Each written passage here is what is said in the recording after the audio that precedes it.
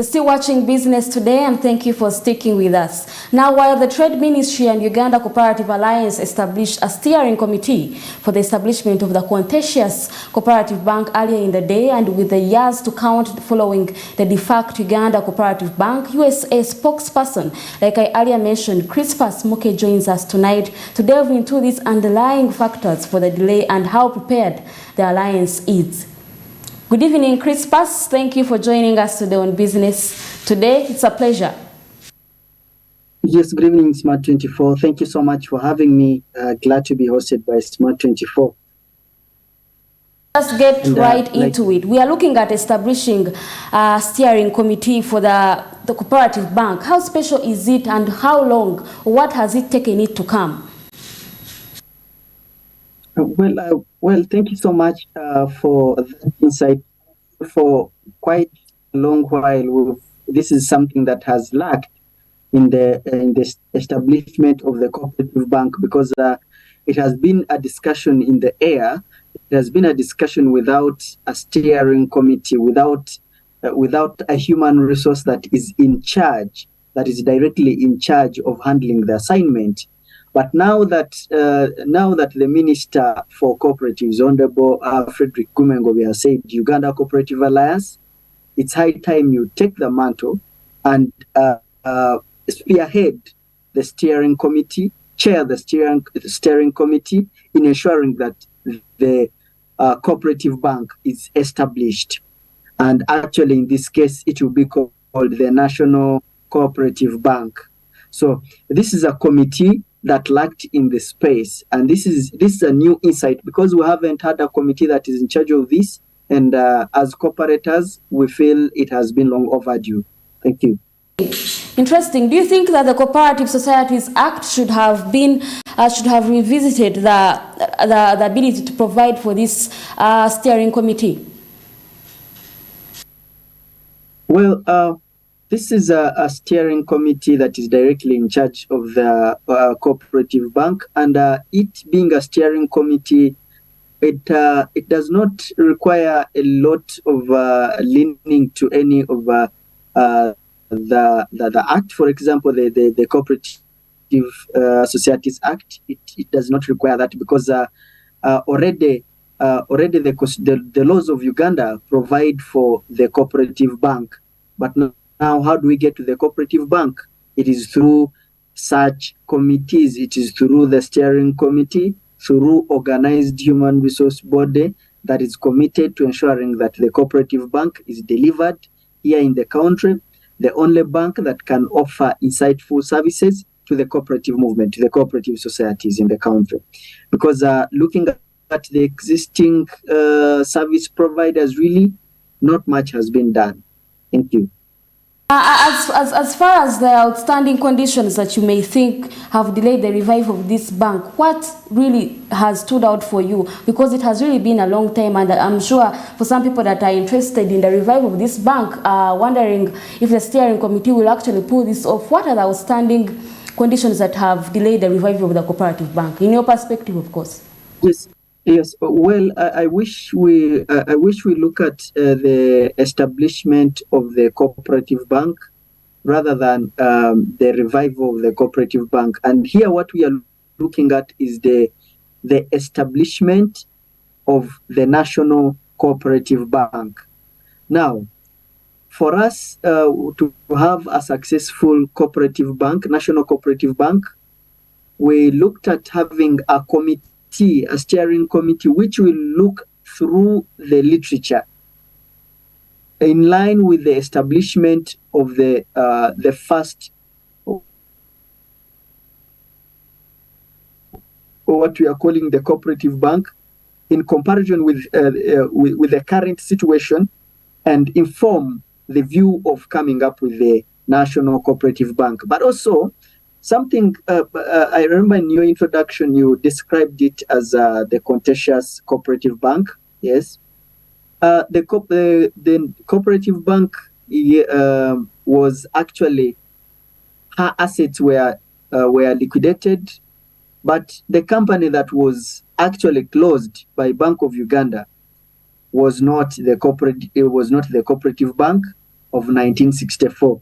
What was liquidated was a company registered under the Companies Act. It was not registered under the Register of the Cooperatives or under the Cooperatives Ordinance. So these are two separate entities. However, away from that, it wouldn't be fair for us to stick to the past. It is better for us to move on to the establishment of the National Cooperative Bank.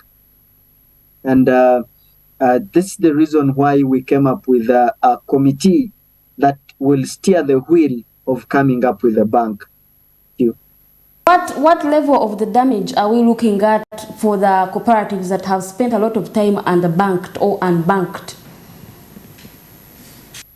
Currently, all cooperatives serve with the commercial banks. All cooperatives, however, of course, we still have quite a number of groups that are still not saving with banks, that are still keeping money in cases under their beds or in other places in their offices, and they do that not because they are not aware of the banking institutions, but the current establishment or the commercial type of banks are really expensive for the cooperators. One, for you to keep your money in that bank, they will reduce or they will chop service fees for the bank account that you have. That is a monthly cost that is coughed by the cooperative, that is coughed by members' money, and this will be a deduction from members' money. So who bears the pain? It's the members, the owners. Now, the other thing is for these cooperators to borrow money from that same bank, they will be given money at a very high cost. So now what we are looking at is, if we can bring all these resources from the unbanked or from the cooperatives that are currently not banking, we put all the money together and we come up with the cooperative bank, which is the ownership, which will be owned by the cooperators themselves. I think those are the issues that we need to look at, and it would be prudent to have a running bank that cares about, that has tailored services that can really suit the problems and suit the challenges faced by the cooperators. Because looking at, for example, cooperatives that are in agro-processing, I'm trying to run away from agriculture because most, if not all, the unions or cooperatives that we have that are dealing in agriculture actually do a lot of value addition. They do a lot of value addition. So they are agro-processing, actually, they are agro-processing cooperatives.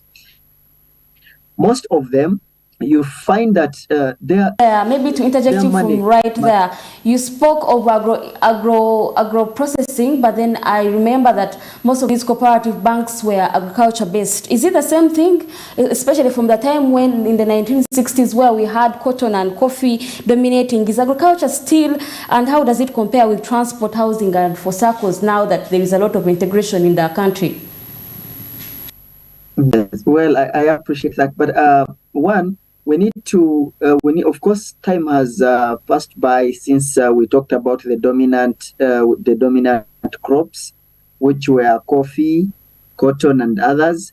Currently, or in the 21st century, cooperatives have adopted many other crops, including but not limited to food crops, actually, dealing both in coffee or non-food cash crops to food crops. For example, if one would visit Kangulumira area cooperative enterprise, which is found in Kayunga, they process pineapples, preserve pineapples. They sell a kilogram of pineapple at a very reasonable price in comparison with a pineapple that would be found on the market. So the cooperatives that we are looking at and the cooperative bank that we are looking at a bank that will tailor a service. We look at Kangulumira and look at the period which it takes for pineapples to be ready. If, for example, it takes pineapples 3 months to be ready, it should be a bank that can give Kangulumira a loan, of which the loan maturity or the repayment period will include the 3 free months, because they just planted the crop and they have not yet started yielding, so they cannot start taking profit back to the bank before they yield. So it is upon that we feel having the cooperative bank back is something that we really lack. However, owing to your comment, it is still notable that the agricultural cooperatives are still the dominant cooperatives, dominating the rest of the cooperatives with at least more than 85% of the current cooperatives dealing in agriculture or dealing in crops, and most of them doing a lot of value addition and agro processing. In regards to that very point, maybe I would like you to give it a broader perspective. What are some of the interventions you have, you as the Alliance, to help the limping cooperatives or the not so doing well cooperatives? Because at the end of the day, you want numbers that are grown. What are those interventions you have in place? Even before we have the Cooperative Bank on board, you already established a steering committee. What are those interventions? I would like to know. Well, before we have the bank, of course, we have to ensure the readiness of the cooperators. We have to ensure that the cooperators are ready to receive and to establish their own bank. Because most of the challenges that affect them are lack of affordable and easily accessible financing. So now, how do we get them ready? I appreciate Smart24 for giving us the opportunity of informing a wider public about the establishment of the cooperative bank. That is, of course, through the media, through our partners, the media, and other media houses that we are really relying on for publicizing the issue of the establishment of the National Cooperative Bank. The second issue we are looking at, we are rallying the cooperatives themselves, because some unions and some SACCOs have the equivalent capital that can start a bank, to a level that if some would withdraw their savings from certain banks would start limping in the country, certain commercial banks. So the cooperators have the capacity to start their own bank and have the capital, the required capital, whether the central bank revises the fee for capitalizing or not. The cooperators have the muscle to establish their own bank. But also in the same vein, as a Uganda Cooperative Alliance, we are looking at bringing together the cooperators, whom actually most of the commercial sector, including some media sectors, actually refer to them as limping or refer to them as risky whenever they go to banks. We want to ensure these cooperators are bankable. So once Crispus, before we wind up, we're getting close to the end of our conversation. You mentioned something that some of these cooperatives have credit worth even more than some of these commercial banks. And in my head, I thought maybe is this a threat to these commercial banks? But anyway, let me leave that at that. The opposition, through the alternative ministerial policy statement of finance, planning and economic development, suggested a merger between Microfinance Support Center and Pride Microfinance to create a cooperative bank. In your perspective, how important is this? Do you think it's even viable? Well, the first thing is we as the apex body for all cooperatives in the country appreciate all dissenting voices that aim at the establishment of the cooperative bank. Because at the end of it all, in whose interest is it? It is in our interest as Uganda Cooperative Alliance to see the cooperative bank up and running. However, what we also look at, what is equally important, is the issue, is actually the issue of who will own that bank. Who will own that bank? Now, if we are to own the bank as cooperators, then the move is supposed to come from the cooperators. Now, if, for example, government would merge its commercial arms to come up with the cooperative bank, it would mean that government is the shareholder and is the owner of that cooperative bank. Yes. But now, when government is the owner of the cooperative bank, who will control it? Who will be the shareholder of that bank? So the important part is having the cooperators build their own initiative of a bank which they will own, control, use, just like how the principles of the principles of the cooperatives state. A cooperative is member used, member controlled, member democratic. So now, how will the cooperators control the bank which they do not own? So it becomes tricky if it is a statutory bank, and then the statutory bank is later nicknamed as the National Cooperative Bank. What is important is to have an establishment from the effort of the cooperators. Actually, in other words, this is the bank of the willing, those who are willing to build it, those who are willing to start it. That is how we look at the cooperative bank from our perspective. Because so if I got that clearly, you're saying that the issue would result from governance, right? Yes. Yes. Yes, because if the cooperators do not own the bank, over the time we've seen cooperators looking on to see how certain programs are established, and eventually, once they are not part of certain programs, they will watch you until the program collapses. But this requires their effort too towards the establishment of the cooperative bank, of which without, they'll refer to it as your bank or as somebody else's bank, and its usability will be very low, and also the compliance from the cooperators as cooperators will generally be very low. Now, another insight I would prefer maybe we also delve in, but it's within the same vein of the establishment of the National Cooperative Bank, is the issue of the PDM. If, for example, the money which has been sent to the different cooperators or to the different parish development model multipurpose cooperatives, if, for example, it was going through the cooperative bank, it would have been very easy for government to recover such monies. But also, in the same vein, we at Uganda Cooperative Alliance, we look at the establishment of the National Cooperative Bank as a very good alternative plan for the exit and sustainability of the parish development model.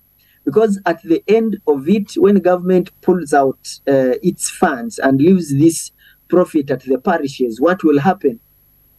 Bring the money at the cooperative bank, where you can easily get the money, where you can easily get loans at flexible terms, at tailored services. You know, the challenge is that the biggest lacking part are the services. Now, in the event that we don't have the services, in the event that the services which we don't have do not actually sustain the people, right, actually it becomes very difficult. And also, if, for example, we had the National Cooperative Bank, which government would also use periodically to channel the agricultural facility or the agricultural fund, it would be very important for the cooperators, because now currently government channels such funds in the commercial banks. It really creates a question mark onto whether commercial banks can ignore their cash for lending in order to base and use and utilize the fund from government at the terms agreed by the government. So this would be a bank that would make everything easy and possible for the cooperators, and it would easily turn the 39% of the citizens who are briefly before we talk about and before we wind up, close to winding up, what is your take on the minimum paid up capital that is yet to be revised by the central bank? Do you think that most of these commercial banks will be able to take up the bid and actually have capital that sustains them? Because I know cooperatives, you have, like you mentioned, there is a viability of you giving them finances, but how about these commercial banks? How do you think, in your perspective, how do you think they can best be helped? Well, that is a bit, it's a little bit tricky. I don't speak on behalf of the commercial sector. I speak on behalf of the other economy, the cooperative sector. However, my take on that is it will cripple some banking institutions because the central bank is revising the cost towards the higher.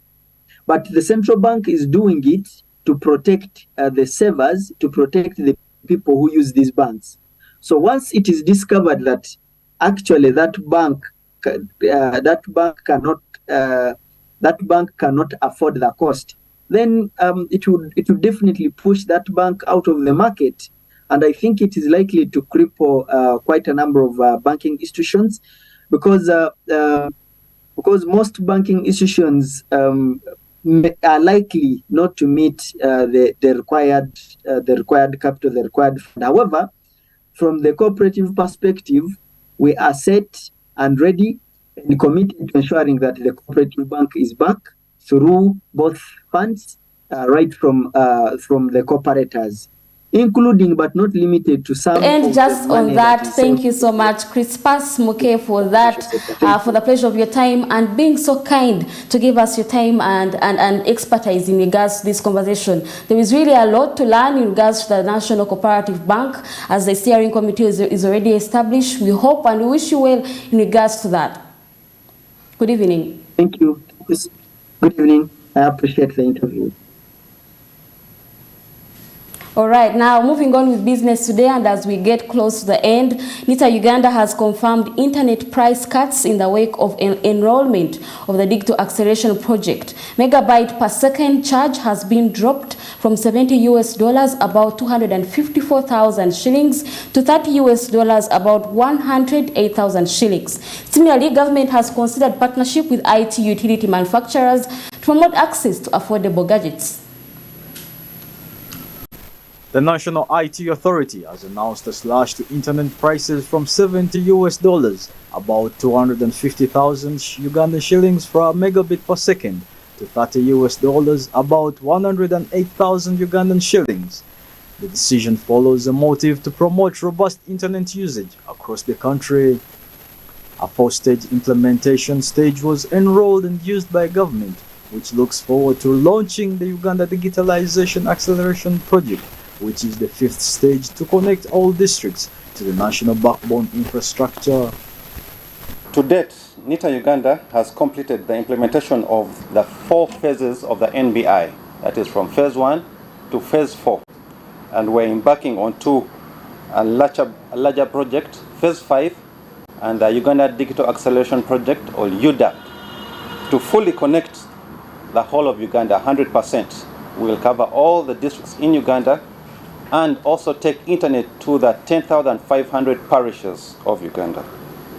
While government moves to slash internet costs, IT-based enterprises applaud the adoption of new systems, especially in workplaces and businesses, reflecting on extra issues that need to be tackled besides the routine high internet costs. The number of things that was manual before, people spend time in the office even during the weekends, but then when you brought new systems, there was transformation, because then, you know, it's 8 to 5 now. People have a work-life balance, and people are able to do other things outside office, not just only sitting in the office, and even that also speaks to our health as well. So one of the key challenges is people, but support, creating awareness, communicating effectively, making sure that everyone is part of the team and everyone understands the objective and even the roadmap to the implementation of the new system. You need SAP, and it's time for you to be able to upgrade to the right solution that you're talking about the future. When the technology space where we're talking about artificial intelligence now, then you need an ERP that will be able to adapt, because new releases are coming out for you to be able to adapt on how we do business. To expand access to countrywide areas, ICT Minister Chris Bariomonse confirms interaction between government, tech companies and other stakeholders at both continental and regional levels to mend ways of access to affordable IT gadgets. The ministers of ICT in the East African region, we are having discussions to see how we can engage technology companies to have a negotiation on the pricing of smart devices which come into the region, ranging from mobile phones, smartphones, tablets, laptops, iPads. So we are having an engagement with technology companies to see that we have a negotiated arrangement, and we want to see the cost of these smart devices get lower. Because one of the inhibitions why many Ugandans may not be using internet, may not be connected, is the cost of the devices. Government is poised to save money from the price cut, which the Director of E-Government Services, Collins Mugasha, believes would be channeled to other sectors of the economy, while boosting employment through business process outsourcing that requires cheap and affordable internet rates to thrive. Amounts of money that we have been spending, $70 per megabit per second, if you bring that down to 35, it means the $35 saved now can actually be utilized for another government service. So you have half the cost now that was going particularly to internet costs, to parish models, to hospital services, electoral commission, census preparations. That cost that's being used within government now can now be transferred to actually be used for other government services. And the number one issue that all those BPOs or business process outsourcing companies that are employing our young people in Uganda has been the cost of internet. Government has prioritized ICT services to deliver in implementation of social and economic development. Stuart Jacon, Smart 24 Television, Business Today. All right, that report leads us to the end of Business Today, but before I sign out, here's what topped our focus tonight. In Business Today, Uganda is urged to establish maritime agencies just like Kenya and Tanzania as international freight forwarders convene in the Africa Middle East Conference. Minister of Trade, Uganda Cooperative Alliance established a steering committee to realize a long-time Cooperative Bank. And more than 300 million shillings is squandered by 3 Trade Ministry staff members on fuel expenses. Cash withdrawals included as trend is linked to more ministries.